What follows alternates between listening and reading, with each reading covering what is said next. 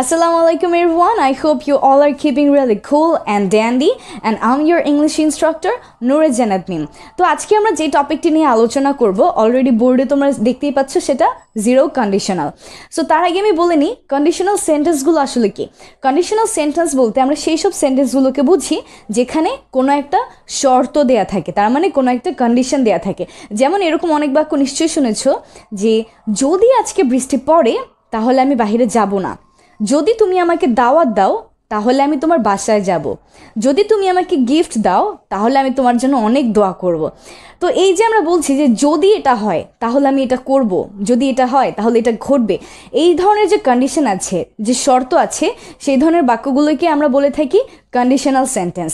এবং conditional sentence সাধারণত চার প্রকার: zero conditional, first conditional, second conditional and third conditional. So মোটামুটি ফার্স্ট, সেকেন্ড অ্যান্ড থার্ডের সাথে আমরা অনেকেই পরিচিত, কিন্তু অনেক জায়গায় তুমি দেখবে যে জিরো কন্ডিশনালটাকে টোটালি বাদ দিয়ে দেওয়া হয়। তো আজকের লেসনে আমরা জিরো কন্ডিশনালটি আসলে শিখবো, কারণ এটারও ব্যবহার আছে এবং এটাও কিন্তু আমাদের অ্যাডমিশন টেস্টের জন্য অনেক গুরুত্বপূর্ণ। এটা অ্যাডমিশন টেস্টে প্রচুর এসে থাকে। সো এর জন্য আমরা আজকে এই টপিকটা নিয়ে আলোচনা করব, জিরো কন্ডিশনাল। সো আসলে কোন কোন ক্ষেত্রে জিরো কন্ডিশনাল হবে প্রথমে আমরা একটু সেটা দেখে নিই।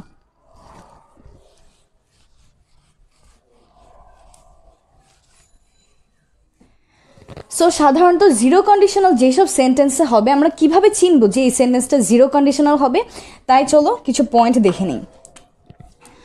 যখন সেন্টেন্সটা হবে যে কোনো সায়েন্টিফিক ট্রুথ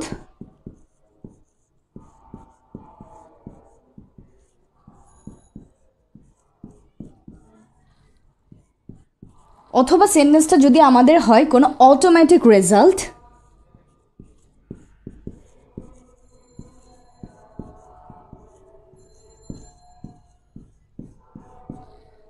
অথবা যদি ধরো একটা সেন্টেন্সে আমাদের অ্যাবসলিউট সার্টেন দেয়া থাকে কোনো,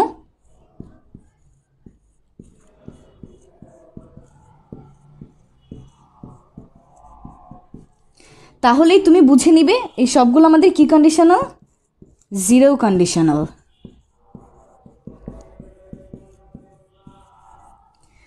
সো সায়েন্টিফিক ট্রুথ বলতে আমরা সবাই জানি যেগুলো একদম সায়েন্টিফিক্যালি প্রুভেন, যেগুলো সায়েন্টিফিক্যালি সত্যি সবসময়, সেই সব যদি কোনো সেন্টেন্সে থাকে, যদি কোনো কন্ডিশন বুঝায়, সেটা আমাদের জিরো কন্ডিশনাল হবে।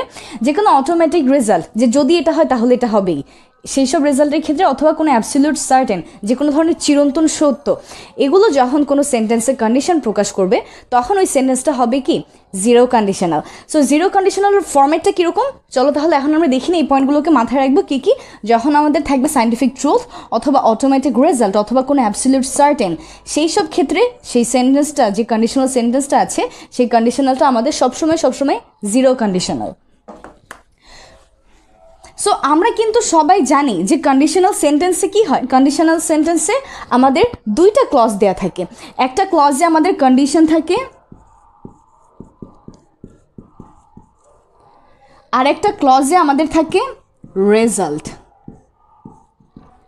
সো জিরো কন্ডিশনাল কি হয়, জিরো কন্ডিশনালটা শুরু হয় কি দিয়ে? সবসময় জিরো কন্ডিশনালটা স্টার্টস উইথ ইফ অথবা ওয়েন। তার মানে কি, আমাদের স্টার্টিং হয় কি দিয়ে? হয়তো সেখানে ইফ থাকবে অথবা সেখানে ওয়েন থাকবে, এই দুইটা দিয়েই হচ্ছে আমাদের জিরো কন্ডিশনালটা স্টার্ট হয়। সো জিরো কন্ডিশনাল যেটা আমরা কিভাবে বুঝবো, এটার স্ট্রাকচারটা হচ্ছে এরকম: ইফ প্লাস সিম্পল প্রেজেন্ট, এটা হতে পারে একটা, আর একটা কি হতে পারে, when প্লাস সিম্পল প্রেজেন্ট। তো তুমি যদি কোনো কন্ডিশনাল সেন্টেন্সে দেখতে পাও ইফ প্লাস সিম্পল প্রেজেন্ট, তার মানে ইফ দেওয়া থাকবে, তারপর যে কোনো একটা সিম্পল প্রেজেন্টে কিছু একটা দেওয়া থাকবে, যে কোনো একটা ক্লজ, তাহলে তুমি বুঝে নিবে যে সেই সেন্টেন্সটা বা সেই ক্লজটা হচ্ছে তোমার জন্য কি, অবশ্যই জিরো কন্ডিশনাল। সিমিলারলি যদি হোয়েনের পর কখনো সিম্পল প্রেজেন্ট থাকে তাহলেও এটা কি, জিরো কন্ডিশনাল। আর এটা ফরমেশনটা কীরকম, যখন কোনো একটা সেন্টেন্সে অথবা কোনো একটা কন্ডিশনাল সেন্টেন্সে স্টার্ট হবে ইফ প্লাস সিম্পল প্রেজেন্ট দিয়ে, তখন অবশ্যই তার পরবর্তী যে ক্লজটা থাকবে সেই ক্লজটাও হবে সিম্পল প্রেজেন্ট। এই হচ্ছে আমাদের স্ট্রাকচার, একদম ইজি। একটু পর যখন আমরা এক্সাম্পল দেখব তখন দেখবে আরও ক্লিয়ার হয়ে গিয়েছে। Simple present. তাহলে আমাদের ফরমেশনটা কি? ফরমেশনটা হচ্ছে দুইটা, প্রথমত আমরা বলেই দিয়েছি হয়তো বা ইফ দিয়ে স্টার্ট হবে অথবা হোয়েন দিয়ে স্টার্ট হবে, যেটা দিয়ে স্টার্ট হোক না কেন simple present plus simple present, that's it. এটা হচ্ছে আমাদের কন্ডিশনাল, জিরো কন্ডিশনালের স্ট্রাকচার। তাহলে আমরা সবার আগে কি বলেছিলাম যে জিরো কন্ডিশনাল হচ্ছে সেই সব সেন্টেন্স যেখানে কোনো সায়েন্টিফিক ট্রুথ বা যে কোনো অটোমেটিক রেজাল্ট অথবা যে কোনো অ্যাবসলিউট সার্টেনের কথা থাকে, আর সেটা স্টার্ট হয় কি দিয়ে? ইফ অথবা হোয়েন দিয়ে, এবং এরপর আমাদের কি থাকে? এরপর থাকে আমাদের প্রেজেন্ট ইনডেফিনিট। আর যখন আমাদের ইফ প্লাস প্রেজেন্ট ইনডেফিনিট বা সিম্পল প্রেজেন্ট থাকবে, তার পরবর্তী ক্লজটিও আমাদের অবশ্যই সিম্পল প্রেজেন্টেই হবে। এই হচ্ছে আমাদের স্ট্রাকচার। এবার চলো তাহলে আমরা একটু এক্সাম্পল দেখে নিই।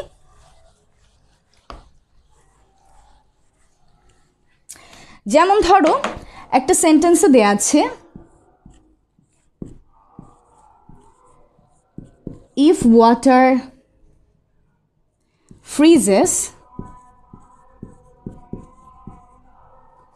তারপর কিছু দেয়া নেই। তো এরপর আমরা কি করব? If water freezes, if plus simple একটা প্রেজেন্ট। তো এর পরবর্তী যে ক্লজটা হবে এটা আমাদের কি করতে হবে? সিম্পল প্রেজেন্টেই করতে হবে। আর দেখো এটা তো একটা চিরন্তন সত্য, তাই না? অথবা একটা সায়েন্টিফিক ট্রুথও আমরা বলতে পারি। যদি আমরা পানিকে ফ্রিজ করে ফেলি তাহলে এটা কি হয়? তাহলে এটা অবশ্যই বরফ হয়ে যায়। তাহলে আমাদের সেন্টেন্সটা কি হবে? If water freezes it becomes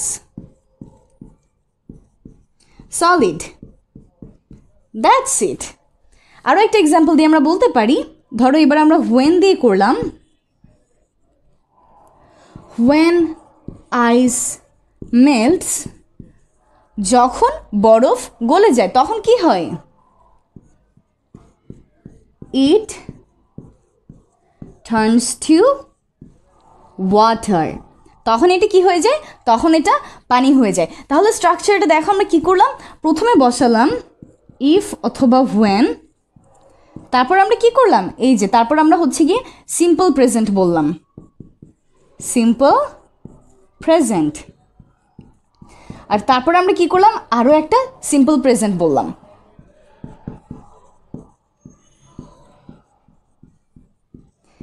এই হচ্ছে আমাদের জিরো কন্ডিশনাল।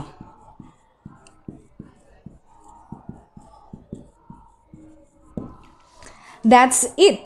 সো আজকের ক্লাসে আমরা শিখে গেলাম যে জিরো কন্ডিশনাল আসলে কোনটাকে বুঝাই, আমরা কোন কোন সেন্টেন্স দেখলে আমরা বুঝবো যে সেটা জিরো কন্ডিশনাল, এবং যদি আমাদের জিরো কন্ডিশনাল দেওয়া থাকে প্রথমে, তখন আমরা এর পরবর্তী সেন্টেন্সটাকে কীভাবে ট্রান্সফর্ম করবো সেটাও শিখে গেলাম।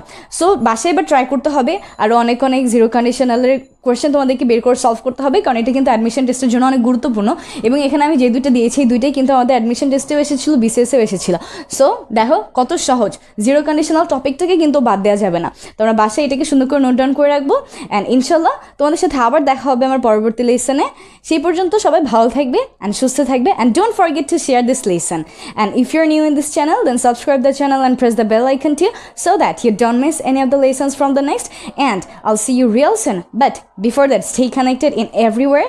Just এই আমাদের যে ইউটিউব চ্যানেল আছে এখানে কানেক্টেড থাকতে হবে, আমাদের ফেসবুক পেজ এবং গ্রুপ আছে সেখানে কানেক্টেড থাকতে হবে, ইনস্টাগ্রাম টিকটক অ্যাকাউন্ট আছে সেখানেও কানেক্টেড থাকতে হবে, এবং এই সব কিছু লিঙ্ক কোথায় থাকে? ডেসক্রিপশন বক্সে। তাহলে ডেসক্রিপশন বক্স দেখে সব জায়গায় কানেক্টেড হয়ে যান, এবং আপনাদের সবার সাথে খুব জলদি দেখা হবে পরবর্তী লেসনে। ভালো থাকবেন, সুস্থ থাকবেন। আল্লাহ হাফেজ।